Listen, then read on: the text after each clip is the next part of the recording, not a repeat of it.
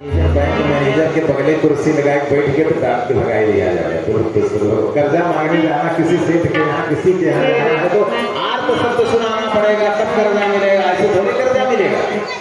तो भगवान देखते ही देखते 52 अंगुल के हो गए। अब भगवान ने कहा माता भीख मांगने के लिए जो जो आचार व्यवस्थाएं हैं सब बुला करके कराओ और मुझे एक यज्ञोपवीति ब्राह्मण बना करके भेजो, नहीं तो बड़ी तो जान लेगा किसको दान देने से कोई मतलब नहीं है। तो आप जैसे सिखा नहीं है, कमंडल नहीं है, जल नहीं है, यज्ञोपवीत नहीं है, तो ऐसे ब्राह्मण को खड़ाओ नहीं, ऐसे ब्राह्मण को थोड़ी बलिदान देगा। वो 100 यज्ञ कर चुका है। देशे काले से पात्रे से दान सात्य का सुविधा दान भी करिए तो बहुत सोच समझ के करिए, ऐसा न कर दीजिए सब एकदम बेकार हो गया। हाँ, दान के लिए स्थान हो, पात्र हो और समय हो, इस प्रकार का काम तो बलि तो बहुत बड़ा ज्ञानी था, ऐसे थोड़ी। तो भगवान के देखते देखते तत्रोपमेन मानस्य सावित्रीं सविता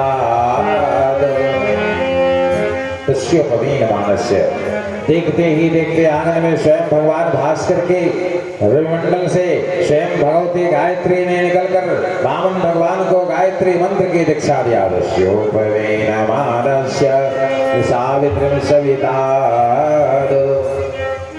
और स्वयं भगवान कश्यप भगवान प्रकट होकर के वामन भगवान को यज्ञोपवीत धारण कराया। और श्री कृष्णाजिनो भूमि दंडन सोम वनस्पतेन, स्वयं धरणी भूगर्भ की देवी पृथ्वी तिष्ठात्री देवी ने प्रकट होकर के वामन भगवान को मृगचर्म पहनाया, कोपिनाच्छादन माता। स्वयं माता अदिति ने कोपिंद पहनाया। और देव छत्र है जगती पति, आकाश के अभिमानी देवता ने प्रकट होकर के वामन भगवान को छत्र कमंडल पेत गर्भ, प्रजापति ब्रह्मा ने प्रकट होकर के जल से भरा हुआ कमंडल दिया। और भिक्षा पात्र को स्वयं भगवती जगत जननी दुर्गा ने प्रदान किया।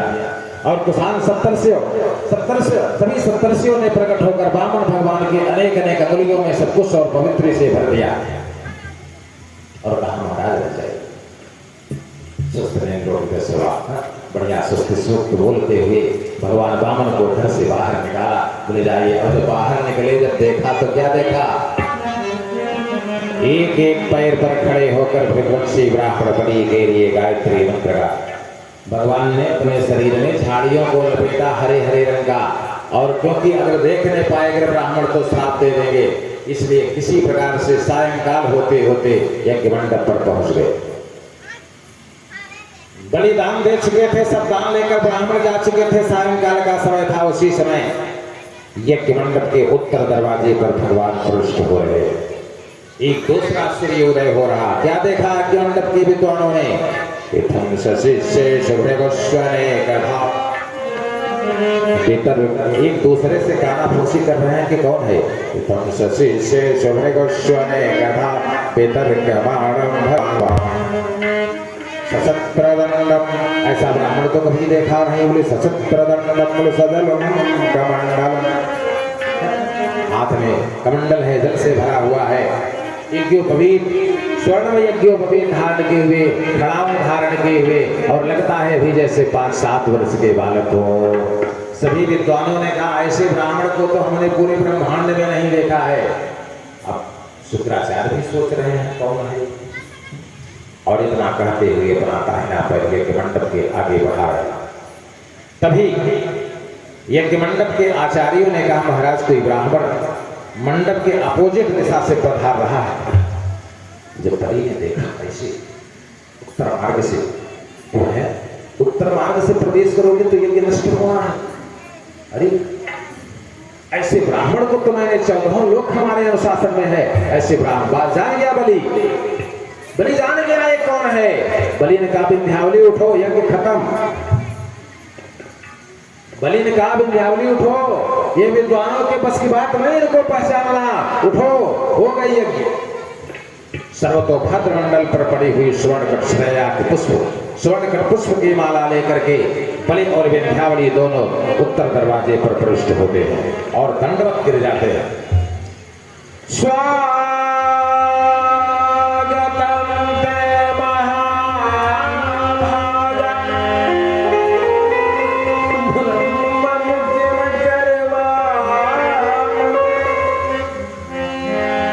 महर्षि राम साक्षात 88,000 ऋषियों महर्षियों के तपस्वी हो प्रभु, मेरे कारण आपको 52 अंगुल का बनना पड़ा। भगवान कहते हैं अरे बड़ी तुम नहीं जानते, मैं कोई देवता होता नहीं, मैं एक साधारण ब्राह्मण नगर चला ब्राह्मण हूँ। पहनाए स्वर्णकंठ सुरैया के पुष्प की माला और उठाकर भगवान को ले आ रहा बलि। हाँ ये कौन है? रतिदेव बलि, रतिदेव बलि भूत सुजाना सतधर्म हित संग। अब भगवान ने क्या किया? शुक्राचार्य बता देंगे, शुक्राचार्य बता देंगे कि ये कौन है। इसके लिए शुक्राचार्य को रोकने के लिए किसको बुलाया? सरस्वती को। भगत हेतु विधि भवन बिहाई, सुमिरत सारद आवत धाई। शुक्राचार्य की माला में चले। अब जब सुमेरु आवे तब तो बोले ये छलिया है, और जल्दी जल्दी माला जप रहे हैं, खुद तेज किए हैं, लेकिन सुमेरु गायब। सुमेरु गायब क्यों गायब है? तिरुमाले में तो भगवती चली गई, विद्या महाविद्या बैठ गई भगवान की। जब तक परात स्वर्ण के परात में बलि का सौभाग्य देखिए, विंध्यावली जल छोड़ रही है और बलि भगवान का पांव पखार रहे हैं। और इस समय जिस प्रकार से हमारे अशोक उपाध्याय शास्त्री जी के यहाँ आज पितर लोग फूल बरसा रहे होंगे, उसी प्रकार से बलि के अग्निमंडप में कई पीढ़ियों यानी प्रहलाद से लेकर नमक से लेकर विरोचन तक सभी प्रकट होकर के बलि के ऊपर पुष्प वर्षा कर रहे हैं। क्यों? बलि किसी मंदिर में नहीं गया। ये क्या हुआ? निज प्रभुता को बिसारी जन के बस हो सदाई। प्रभुता को बिसारी जन के बस हो सदाई। ये कौन है? विश्वंभर त्रिभुवन पति सिर पति वेद बलि से चलत प्रभु के बरु होई निज नाम।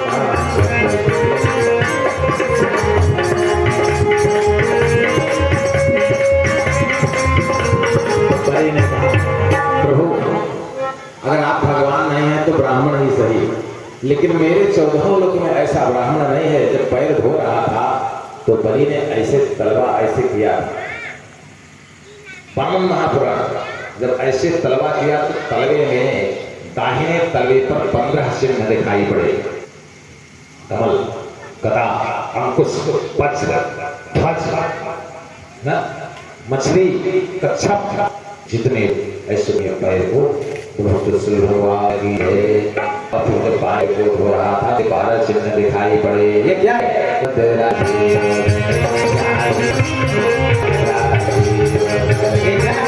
ये क्या है? ये जोगों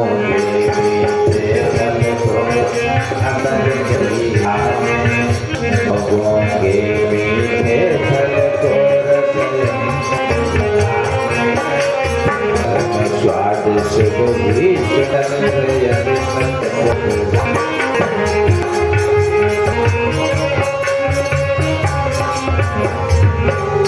ब्राह्मण बताइए।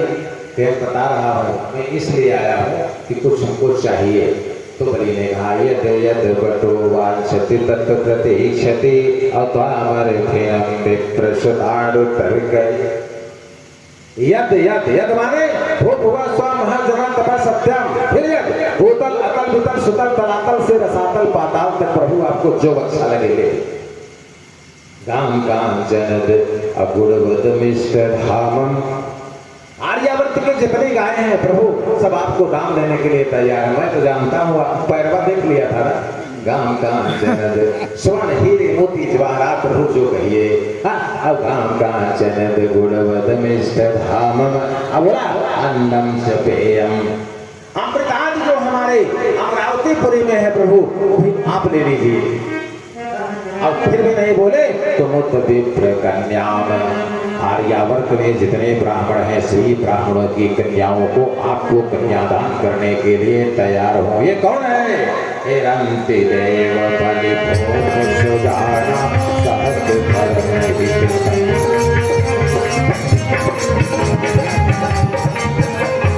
भगवान वामन ने कहा मैं एक ठहरा ब्राह्मण, मैं ये सब क्या करूंगा लेकर बलि, हम तो केवल अपने रहने के लिए 3 टक पृथ्वी चाहिए, मतलब अपने पैरों से ना। तो बलि ने कहा महाराज अब आपको क्या कहें, इतने बड़े खजाना में आप आ करके वही हाल कर दिए हैं कि दरिद्र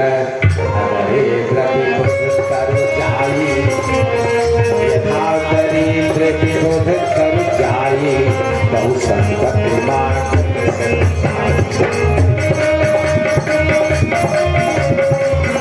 प्रभावन जान सोई।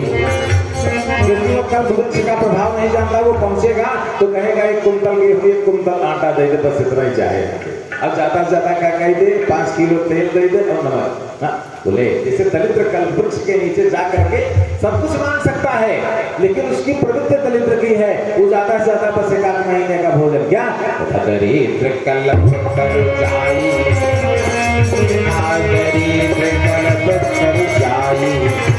संपत्ति